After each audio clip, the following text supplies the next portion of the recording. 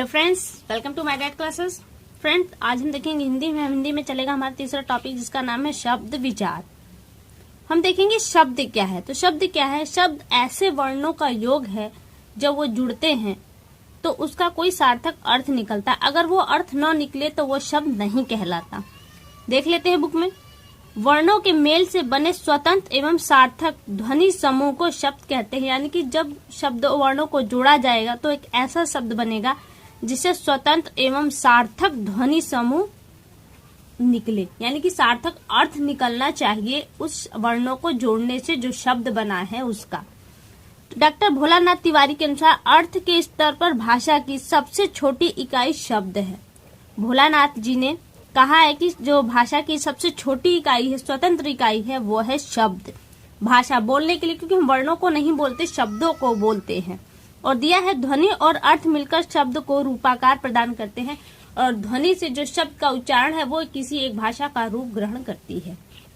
फिर आगे देखिए शब्द के भेद। शब्द के कितने भेद हैं? शब्द मुख्यतः 4 आधारों पर वर्गीकृत किए जा सकते हैं। पहला है रचना के आधार पर, अर्थ के आधार पर, उत्पत्ति के आधार पर, रूपांतर के आधार पर। तो हम पहले देखते हैं रचना के आधार पर। तो रचना के आधार पर दिया है, रचना के आधार पर शब्द 3 प्रकार के होते हैं। कौन कौन से? रूढ़ शब्द है, यौगिक शब्द, योग रूढ़, ये 3 आते हैं आपके रचना के आधार पर। तो देखिए पहला क्या है, इसमें दिया है रूढ़ शब्द।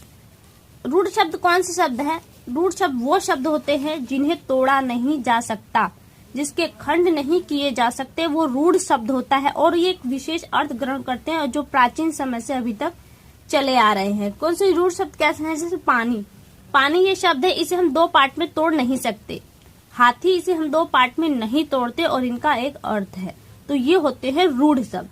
अब दिया है यौगिक शब्द कौन से हैं? योग, मैथ में आप जाएंगे तो योग शब्द का अर्थ होता है जोड़, यानी कि जो 2 शब्दों के योग से बना हो वो यौगिक शब्द कहलाता है। जैसे जिनका अर्थ 2 सार्थक खंड, यानी कि उन शब्दों को जब हम अलग अलग करें उन 2 शब्दों को, तो उनका सार्थक अर्थ भी निकल कर आता है।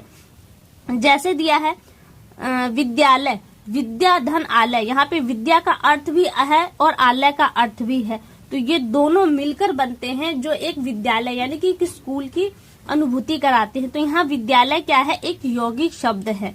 रामायण, राम और अयन, यानी राम का गुणगान, तो ये क्या है यहाँ पर? ये भी एक यौगिक शब्द है। फिर आता है हमारा योग रूढ़। योग रूढ़ कौन से है? योग यानी कि यौगिक, रूढ़ यानी कि रूढ़ शब्द, यानी कि यौगिक और रूढ़ इन दोनों को मिलाकर जो बना वो बना योग रूढ़। जैसे किंतु अपने दिया है यौगिक होते हैं, वैसे सब जो यौगिक होते हैं किंतु यौगिक होते हैं किंतु अपने सामान्य अर्थ का त्याग कर देते हैं। यहाँ पे रूढ़ शब्द अपने सामान्य अर्थ में होते हैं, लेकिन यहाँ पे दिया है कि वो अपने सामान्य अर्थ का त्याग कर देते हैं, विशेष अर्थ ग्रहण करते हैं, योग रूढ़ कहलाते हैं। जैसे दिया है लंबोदर। तो इसमें क्या आपका आएगा? लंबोदर आ रहा है, इसको 2 पार्ट में डिवाइड करें तो आएगा लंबा और उदर। तो दोनों का अर्थ भी निकल रहा है, लेकिन जब दोनों को एक साथ जोड़ दिया जाता है तो कुछ अलग अर्थ निकल कर आता है, वो होता है लंबोदर, यानी कि गणेश। तो गणेश आपका किसमें आ गया? अगर इसे समास के नजरिए से देखो तो हमारे जो बहुव्रीहि समास हैं वो इसके अंतर्गत आ जाते हैं, क्योंकि वो समास के अलग अर्थ देते हुए। तो यहाँ पर भी लंबोदर है, दिनकर है, सूर्य। और फिर देखिए आगे हमारा आगे दूसरा पार्ट क्या है? वो अर्थ के आधार पर शब्द। अर्थ के आधार पर क्या है? अर्थ के आधार पर शब्द 2 भागों में विभाजित किया जाता है, सार्थक और निरर्थक शब्द।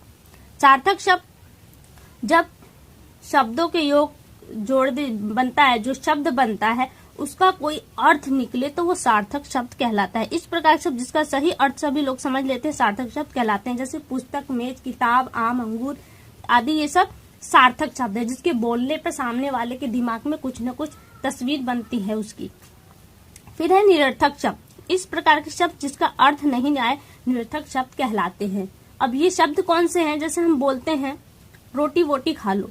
रोटी तो ठीक है, लेकिन वोटी क्या है? तो ये वोटी आपका होता है निरर्थक शब्द, वर्णों के योग से बना, लेकिन अगर हम वोटी वर्ड सिर्फ बोले तो इसका कोई अर्थ नहीं निकलता, ये होता है निरर्थक शब्द। जैसे है तग। तग का अगर हम बोले तो आपके दिमाग में कुछ नहीं आ रहा है, तग में क्या हो? कुछ नहीं। तो मतलब ये क्या है? एक ऐसा शब्द है जिसका कोई अर्थ ही नहीं है, ये होते हैं निरर्थक शब्द। फ्रेंड्स, आज के लिए केवल इतना ही, और फिर इसी का एक दूसरा पार्ट बनाएंगे जिसमें हमने आपको यहाँ पे ऊपर दिया था उत्पत्ति के आधार पर और रूपांतर के आधार पर। तो इन दो शब्दों की उत्पत्ति को हम अगली वीडियो में देखेंगे, और आज के लिए केवल इतना ही।